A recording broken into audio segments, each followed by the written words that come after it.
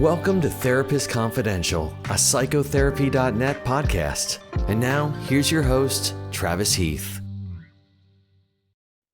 Hello, everybody, and welcome back to the Therapist Confidential podcast. I'm your host, Travis Heath, and today we have a special episode for you, part one of a conversation I had with Liliana Baylon about cultural complexity and care in migrant communities. It was a really wonderful conversation. We had lots of awesome audience interaction as well.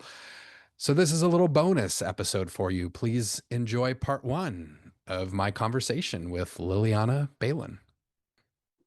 Liliana, I'm wondering if we could start just by getting to know you a little bit as a person, how you're located, where you're located socioculturally, and also maybe a little bit of your story as a migrant, which is something you and I have talked about a little bit previously. For all of you who have not met me, my name is Liliana Baylon. I actually was born in Mexico, in the north, so that we can locate in Chihuahua. We're famous for not a lot of good things, a lot of crime in there. And I am a daughter, a sister. I am married. I have two young adults. I guess it's funny because every time that someone tells me about your migration story, my mom and my younger two siblings migrated to the US when I was 16 years old. And it was a decision not made easy. I love that we're talking more about migration stories in regards to it's not this idea that one day we're like, why not leave everything behind and let's go suffer with another language, another country, not knowing anything, and let's see what happens. No mother wakes up one day and says, let's put everything at risk, especially our children. So that was a hard decision for my mom to make, knowing that there was not a lot of opportunities and she wanted to provide for us. So we migrated, like I said, when I was 16 years old. At that time, I didn't understood what that meant. I just knew that we moved to a new country. I needed to learn English really fast. Believe it or not, the only words that I had was coffee, and I was so excited to ask for coffee as soon as I arrived. But that's as far as I went. When they ask you other questions, we're like, I don't know, coffee? And it took me a while to learn English as a second language. And more than anything, to understand all the rules and policies. When you migrate, you don't have a credit score. You cannot just go and rent an apartment. You cannot get a job. You like it, all those things that they're given to us, like that we take for granted. We didn't know how to maneuver. So we rely on help, from strangers. So I remember our first apartment. To give you a little bit of a background, I had a neighbor who decided to help me out. Why? I have no idea, and I will always be thankful to her. My mom found a job in a laundromat. My two younger siblings were going to school, and she told me one day, you're going to wake up at 5 in the morning. I'm going to take you, and we're going to go so that we can furnish your apartment. So it was because of her that I had a small black and white TV, and I was in heaven with that TV. And we got a mattress and we got a couch, and I felt like we made it. It was later that I went to school, much later. So I was 17, close to 18, when I went into a program in Colorado. For all of you who are from Colorado, Emily Griffith, which is an opportunity school for migrants. And I went close towards the summer and I asked, can I join your English as a second language? And I did for 2 weeks. And then the school advisor said, did you plan on doing your high school diploma? And I said, I don't know, maybe. And they're like, why don't you learn English and do your high school diploma right there? So by the grace of God, I have no idea how I did it, but I graduated with my high school diploma with honors. And that's how I started learning, honestly, English. It was reading, listening to the radio. That is the best way, by the way, learning songs. That's how my journey began, which is I didn't have any friends. I did not know I was grieving. I was missing my food back then when I migrated, which was over 30 years ago. There was not items that you can go to a specialty store and find. So I was missing my food. I was missing my family, specifically my grandma, who died short after we migrated. And everything that I can remember now looking back was all about acculturation, assimilation, grief. And, as migrants, you just push through. You don't have time to process. You don't have time to share. You just push through because your family relies on you. So then I became the cultural broker for my family, maneuvering everything that it was needed. That's very short to say that's part of my story of as a migrant. But that's how it began. One of the things I found most interesting about you as we started talking is that you're perpetually learning, like perpetually. Like, we're talking, you're like, oh, what this training and at that training. And like, I know as clinicians, we have to do trainings and things to get CEUs and all that kind of good stuff.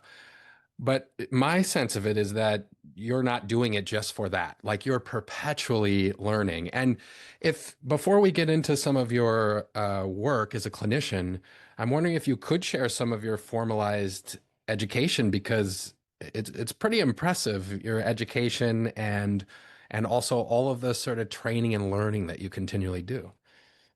Yeah. So let me surprise. I'm smiling because when I first started to go to school, I didn't know what I wanted to do. So most of you who migrated, they will tell you either become a doctor, a lawyer, or something in business. So all of you can nod in the chat because that's what we heard from our parents. So I actually started by chance. I learned about a school, opportunity school, and I actually started with graphic design. Why? I have no idea. I know, I saw your face. Believe me. After that, I knew business was the path to go. So then I did my MBA. So I have a master's in business administration. I took a short break. In that break, I was bored out of my mind. So I started volunteering, and somehow end up and answer a call to become a mediator. Because I'm an overachiever, I went to Colorado State and I became a mediator specialist, which means that I can do quite a bit from work to parental agreements to you name it. While I was there volunteering, doing a lot of parental agreements, I knew that people were coming and there were just something missing. So I started searching and I found out about therapy. So I decided to go back to school and become a therapist. Not just a therapist, a marriage and family therapist. Very specific. I wanted to work with families. While I was in school, I thought I want to work with children. So while I was doing my master's, I started taking classes on the weekends because, you cannot just sit down as a migrant. And I did everything to become a registered play therapist. So once I graduated and I became licensed, I turned everything in, and I had that credential. When I started working, because I was working with a lot of children, I noticed that there was a lot of trauma. So then I did some searching. I found out about EMDR, and I went all the way in. So then I became an EMDR consultant, EMDR certified, and then EMDR consultant. As I'm working with families, children, and trauma, then I'm like, there's something missing. So then I started becoming, that's when I got actually introduced to emotionally focused therapies and synergetic play therapy, Sandtray, and those are some of the trainings that I have. Every training that I have, I like to say I'm an overachiever, so I make sure that I was a consultant and supervisor in each one of them. So now I pay it forward by supervising, and people who usually come to me, they come to me because I have all those models, but because of the cultural piece, which is help me make sense of how do I make adaptations to this model when I'm working with this population. So it's not only that as a background, but then I realized I still do not know anything. So any opportunity, not only because of all of us, we have to go and renew our credentials, but I'm always looking for, what am I missing? How can I help the population in front of me? If it's parts work, if it's trauma related, if like whatever it is, I'm always looking for what else can I learn to help. And that's literally my mission. How can I be at service and how can I do it better? Each time I hear you talk, there's like 4 or 5 different directions I can go. I'm going to try to stay focused here. Exactly. So we were talking just before we went live today that we're both feeling tired. It's like a heavy time. You know, I was talking about some of the grants at my institution that are disappearing, like literally before our eyes. You know, I'm from San Diego now, and in Chula Vista, a few miles from the border. I mean, ICE has taken 2,000 of our community members in the last several months. I mean, they're kidnapping people prior to dropping their kids off at school, you know? Yeah. And so I know there are people from all over the world here and all over the United States, and it could be different in different places, but, you know, this is just where I am and what's happening now. Mhm. And I'm wondering about the implications for our clinical work at this particular moment in history. And although people are from other places than the United States, there are similar processes that are playing out across the globe in various ways. So, what are you noticing is really important right now in your work with migrants at this particular moment in history? Yeah. So same as you, I can go different ways. So I'm noticing when I'm working with DACA recipients, which are the children who came as minors with parents who are undocumented. And thanks to a prior administration, they got protections. Yet that means that every 2 years or so, they have to go and renew their status, which means that it's up to the new administration to say yay or nay in regards to the status. So what I'm noticing with DACA recipients is just an ongoing anxiety that is coming out to panic attacks, pretty much on a daily basis, impacting them in their daily functioning. With the adults, either individual couples or families, the amount of anxiety that is showing up, we like to use the word either compassion fatigue, burnout, all these words just to say that literally I'm seeing, I'm feeling hopeless when I'm with them. That's actually the word that I want to go with. There's so much trauma and so much fear in regards to they have to go to work because they have to pay bills, they have to provide. But in going to work, they don't know if they're coming back. Parents are sending their children to school with the fear of, I don't know if my child is going to be safe. I don't know if they're coming back. If they're documented, they're making copies of their birth certificates and put them in their backpacks with the hope that that will save them, which we're hearing stories of that's not the case because they're racially profiling children and adults. Depending on the color of your skin, they may detain you, and they may detain you for hours to a couple of days before they release you. So the amount of trauma, anxiety, depression is just every day with this population. And even with clinicians that I supervise, the amount of burnout in regards to, I don't know what else to do. How can I help? Because of what I just mentioned, is just everywhere around. I'm dealing with trauma, to name the big umbrella, but feeling hopeless, not knowing what to do, how to show up, how to advocate. Can we advocate? Like, what is it that we can do? So it's exhausting. I'm often talking about self-care, and not in a way of go do a massage, is what can we do hour to hour in order for you to be okay?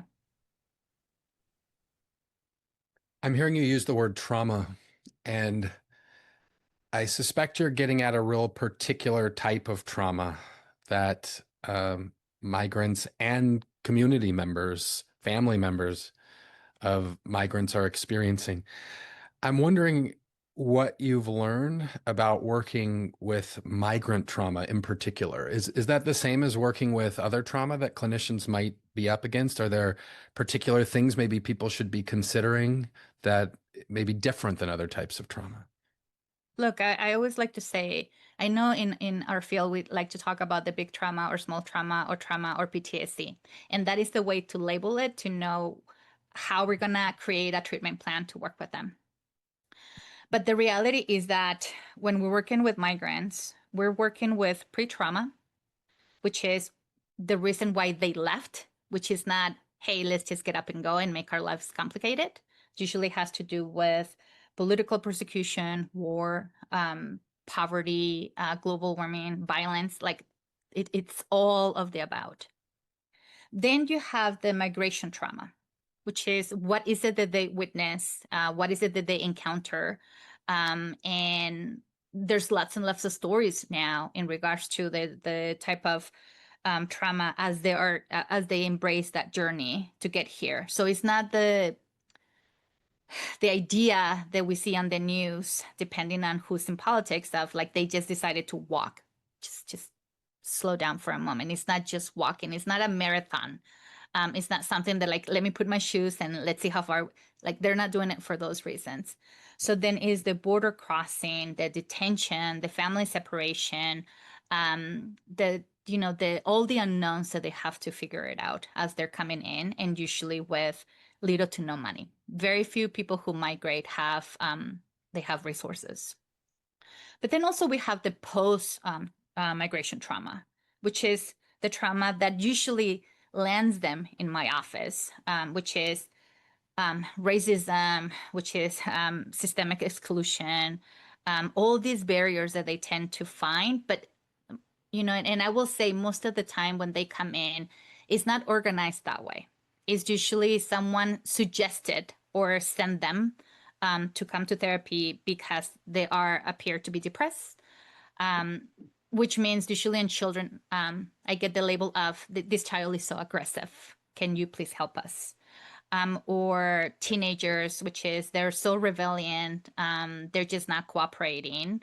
And then usually with adults, it's not organized in a way, so they tend to come because they have anxiety or they have depression. So then I have to slow down in order even to organize the trauma. I cannot get ahead of them.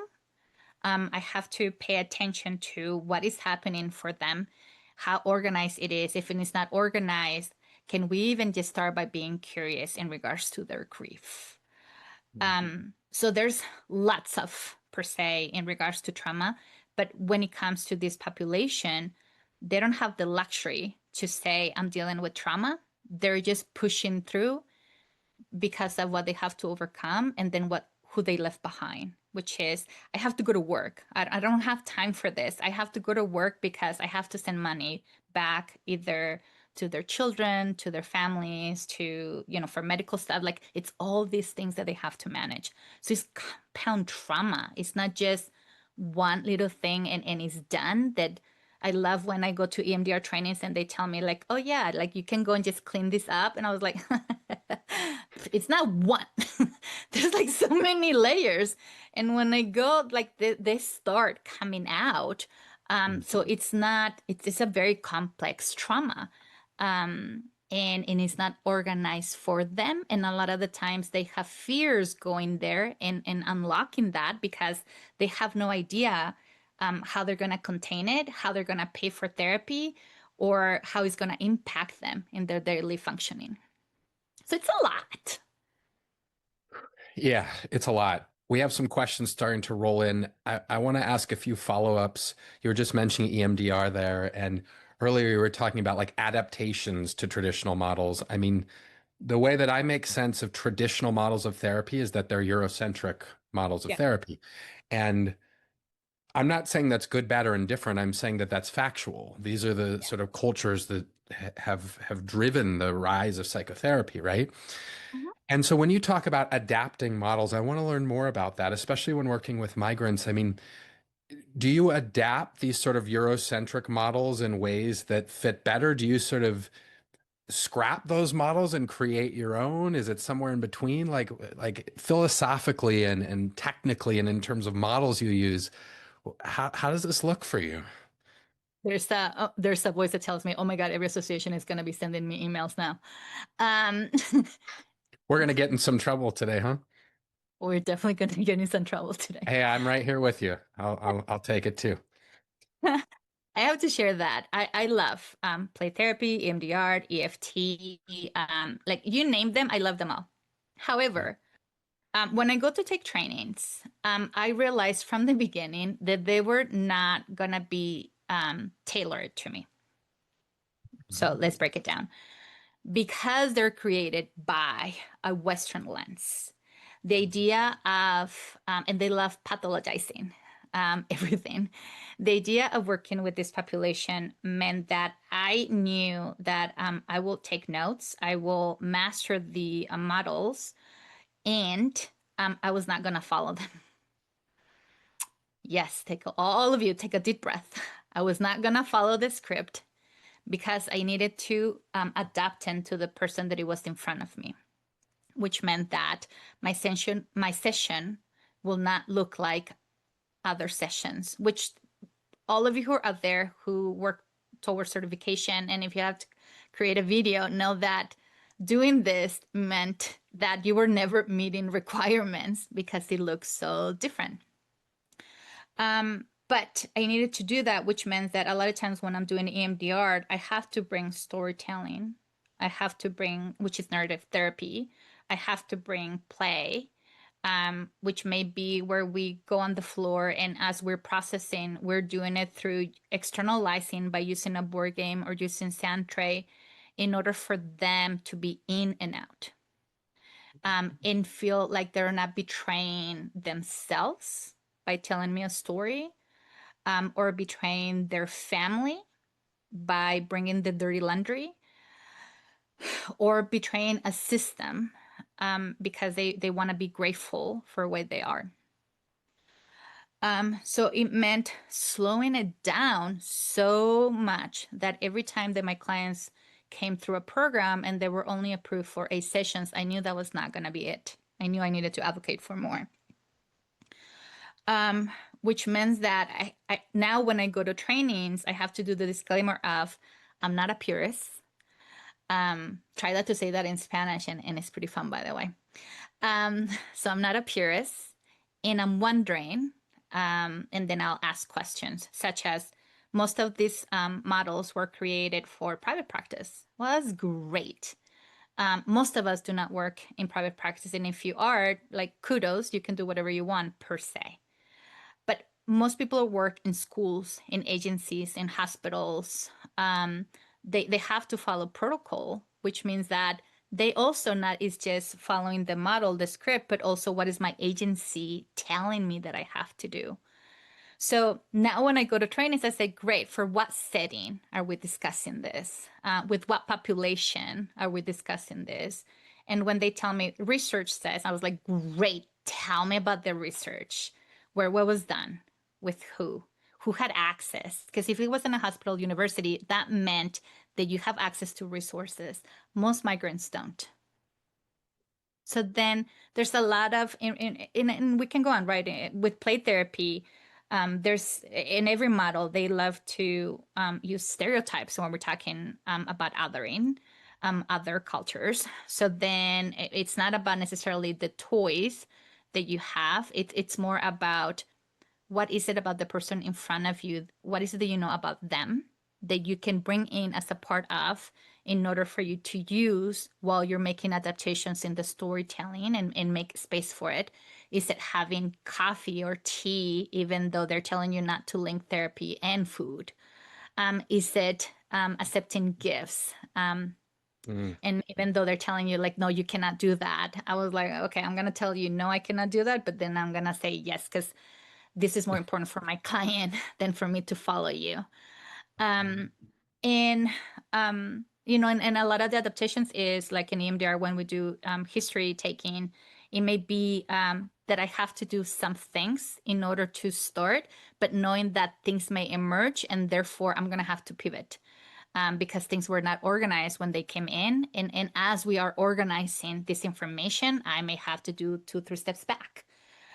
So my invitation for all of you when working with this population or with any population, which is, what are the adaptations? What is it that you know about this client or this population that you may have to go and play with, so that you can adapt it to what they need, which means that you are loyal to the client, not to the model.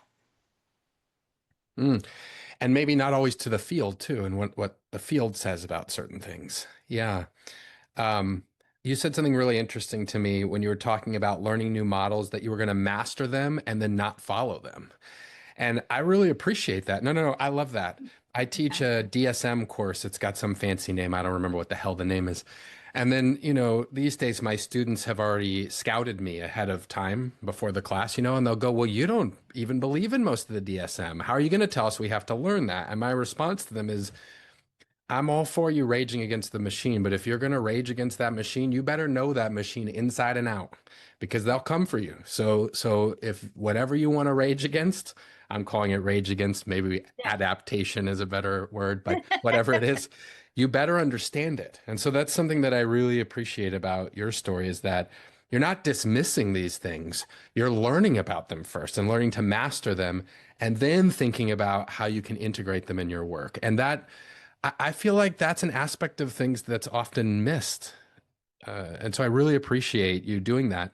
Can you talk, like, if people are wanting to actually practice that, do you have any ideas or tips about how one begins to master something? But I mean, that part, is more straightforward, but then adapting them or not following them in particular, like if people want to get started with that work, where would they start? I think it's like, what is it that you know about your client in regards to cultural rituals, in regards to what kind of art that they feel comfortable? Is it music? I remember when I was training in EFT, and they were telling me to go to emotion, which I was like, that's not going to be safe for my clients. But then I started being curious. And then one day, while I was with my entire family, and this is going to sound very stereotypical, but we got together, the women were cooking, the men were in the living room listening to sad songs, because in Mexico, we really love sad songs. Why? I don't know. But they were like singing. And of course, they were sharing some drinks, but I was fascinated by.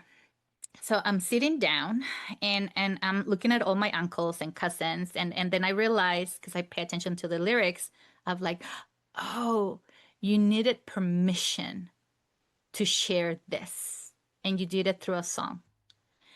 Then the women will join in, and then I noticed them too. And it was like the songs that they were looking for. So I pay attention to the lyrics, and then it dawned on me, we can do either in couples therapy or in an EMD art, a lot of times when it's not organized, what is the song that best represents this?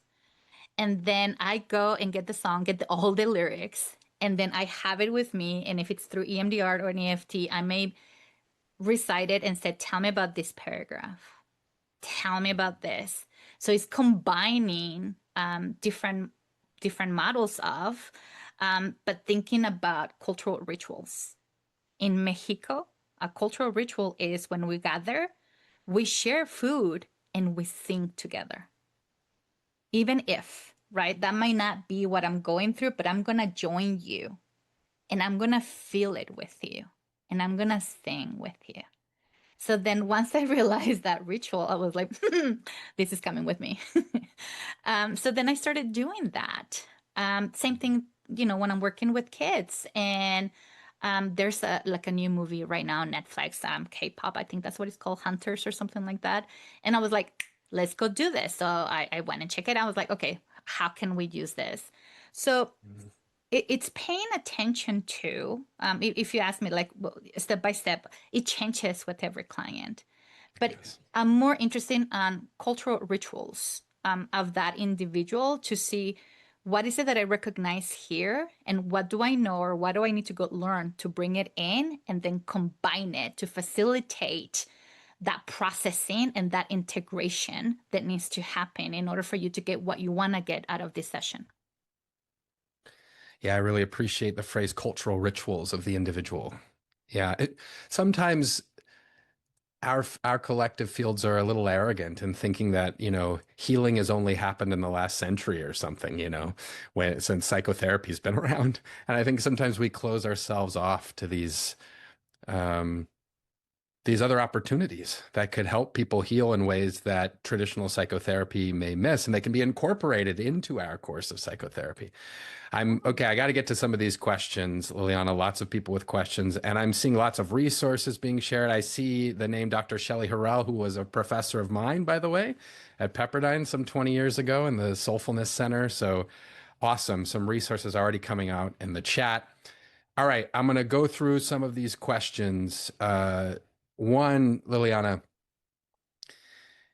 how do you help keep yourself regulated during sessions when you're surrounded by so much traumatic stress? And I guess, we could ask this about any therapist, but I think there's a certain a level of community traumatic stress that's happening in this sort of work. So the question, how do you keep yourself regulated during these sessions? I wish I can tell you I'm so genius that I came up with this by myself, but no. I follow Dolores Huerta. Hopefully, some of you are familiar with her. So she is an activist here in the U.S. She is an icon when it comes to she helps Cesar Chavez with his journey and in the fight. But a couple of years ago, she said, "We have to learn to rest." And I continued listening to her. By the way, I follow her in social media because like every time that woman speaks, there's gold being dropped. So then I started asking myself, how do I prioritize rest when I'm in a field that tells me I have to be available 24/7, and if not, I'm abandoning clients?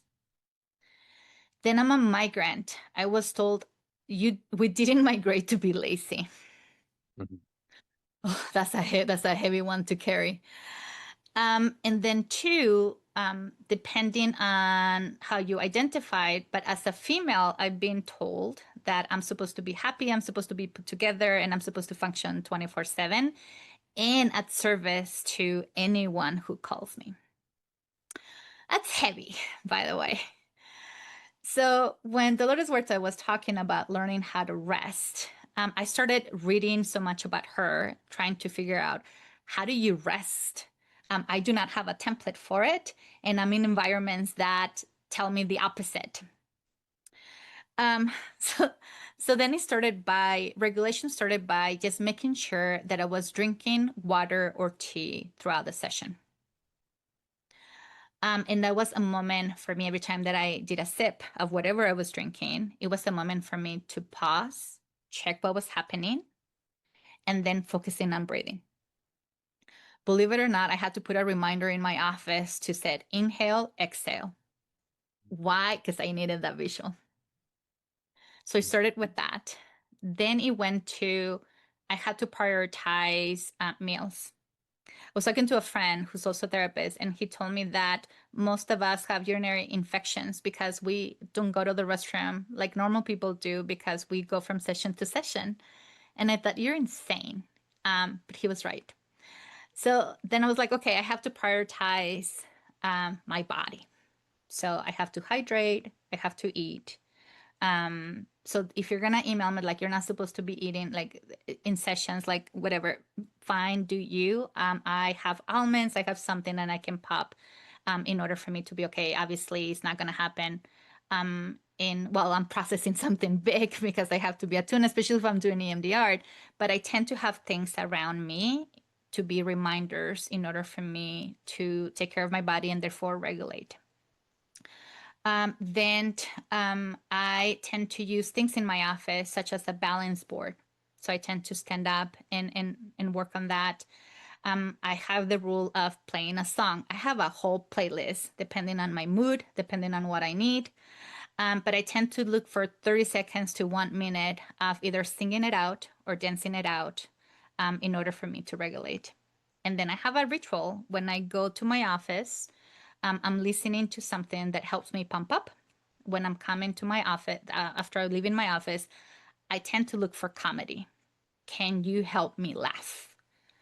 And then the rule is when I get to my home, there's no more work. So I actually do not leave my office until I do my notes. Remember, I'm a migrant overachiever, okay? So just know that. So I do not leave my office until my notes are done. So that when I get home, I am actually at home. And then I tend to walk in the morning and then I tend to walk in the afternoon. I have a dog who keeps me really busy. He's very entitled. So he demands the walks either way. So I tend to walk. On the weekends, now I prioritize actually disconnecting. So I've been telling friends and everyone, like, if I don't respond, do not take it personally. I will remind you not to take it personally, but Sundays are to recharge. And Saturdays, I tend to go for walks and just wander off. I'm forcing myself to learn how to watch TV. As I know I tell that to people and they laugh, but I'm always reading. So now I'm forcing myself to watch TV. So regulation may look different depending on the client that I have or the clientele that I have that day. But it may be from hydrating to moving to listening to music to dancing it out, like whatever it is. But I'm focusing somatically on if this is a container for everyone, I have to create space in this container. You mentioned laugh. You laugh. And I think this is an important one because when we're dealing with something that's so serious, I think sometimes we feel as though we can't laugh or we can't play. Like we'd be derelict in our duties if we were laughing and playing. Now, of course, that doesn't, like you were saying earlier about eating in session, there was this whole thing a couple years ago on therapist Twitter where people freaked out about eating in session and people people were like coming for one another. I was like, dang, over having a snack, Of course, there's context to all of this. Like, yes, you're not going to be laughing and playful while someone's sharing their deepest trauma. Understood. But I'm wondering if you could talk some about the role of laughter and play in this very serious traumatic work we do. Yeah, it's important. It's a reset. Think about your nervous system. It's literally a reset.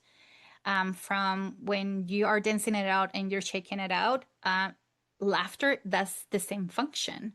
So recently my older son was telling me, how many times are you going to be watching Cristela Alonso? And I'll be like, I don't know.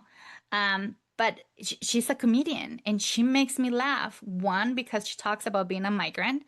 Two, her story is very familiar to me because I was like, oh my God, your mom and my mom hang. That's what I tell myself. But we need to laugh. It's a reset. And if you don't, think about the way that you will be viewing the world through just one lens. When in reality, life is so complex. It's not just sadness all the time. It's not just laughter all the time. It's an array of, but I'm looking for what can make me laugh instead of me holding so much pain. Which then I know, because we all have read in regards to trauma, I'm looking for how can I release this from my body in order to help me create more space for what I'm going to go willingly go and hold for others. Mm. Keep questions coming. There's lots of great resources. I love the conversation in the chat. It's moving too fast for me to keep up with, which is always a good sign about what's happening here. I'll catch up with it later. But if you have questions for Liliana, please put them in the Q&A box. That'll help me find them faster. All right. Another question. How do you deal with the moral injury of your work? Resourcing. I do have a group of friends. They're all therapists. Why are we therapists? By the way, I'm posting that question for all of you. How come our friends are just therapists? Like, can we step outside? My fantasy is that I'm going to find a friend who's a chef, a friend who's a comedian. I'm going to start looking for all of you. I'm putting a call out there. But all my friends are therapists. They have different expertise. So they're my greatest resources. Sometimes when I share, like today was a tough day, the question is not, why. Usually the response is, how can we show up for you? So sometimes my friends show up with food. Sometimes they call me like, let's go for a coffee. Let's go for a walk. Now I do, we call it a working retreat, but we actually are not working. We do once a year, we get together, there's 6 of us, and we pick a state and we travel, and then we're just in community. Um, I do a lot of resourcing because the work that I do, and all of us do, but the work that I do in regards to working with migrants and children of migrants, there's so much pain that the feeling of feeling hopeless, that's very familiar to me. It's like a friend is always hugging me. So I need to look for resources in order for me not to be tinted just by that lens, by knowing that, yes, it's a hard journey. We are often left abandoned, neglected. Our needs are not prioritized. There's so much pain around the world. So I need to resource in any capacity. You will see me looking for dance classes, and I will go. I'm going to be 50 this year, but I'll still look for hip hop classes so that I can go dance, even if the next day I have to go to a chiropractor. I will go to concerts and sing and dance out.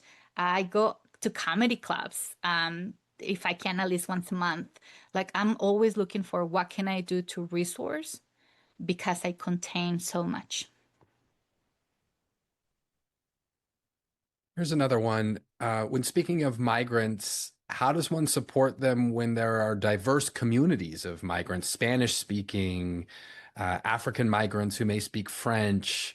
So the idea that migrants aren't a monolithic minority, right? How do you kind of conceptualize working with migrants with so many varied backgrounds and experiences? Yeah. So not only all the resources you guys are putting in regards to others to follow, but I actually became curious about it. So then I started a series. So I put a call of interviewing bilingual therapists. So that's something that I have ongoing. And it's not just English and Spanish, which most people thought that I was just looking for Latino or bilingual who speak Spanish therapists. But I was like, no, I want to learn about all of you. So then I started that series. And in that series, I started being connected with even languages that I wasn't aware of. And the idea is not only to introduce other therapists to these bilingual, multilingual therapists, but also to learn about their resourcing, to learn about what are the themes that they're seeing in their sessions. So it became out of a need of one, what else is out there that I don't know. Again, my brain is always looking for what is it that I don't know. And then 2, starting with those series by interviewing other therapists, then learning to, if that came across, what can I do? Who can I do consultation with? Who is it that I need to know about? And it started in the US and now has expanded.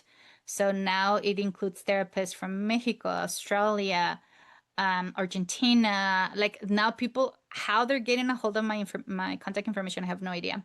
But now it's just expanded. And that was part of, I cannot assume that it's not just about language, because even when we say Spanish, it's not just Mexico. There's too many countries that speak Spanish. And even though Spanish is something that we have in common, our vocabulary and our culture is completely different. But then it was more of like, what else can I learn? Because as am I expanding, now I have clients with different religion, with different ethnicities, with different, like, that they're coming in, because in my website, I state I work with migrants. So therefore, like, it's expanding now. So now I'm looking into learning more about global culture. How many cultures are out there? What are languages that I need to be aware of? And then I'm expanding in regards to my reading, like what else I need to know. So it's not just one ethnicity. It's so many. And therefore, even that question is complex because it all depends. But just know that just in the US, I think the last time that I did a research, it was over 350 cultures that exist. So I mean, I was amazed because that's not what I learned in my multicultural class. Uh,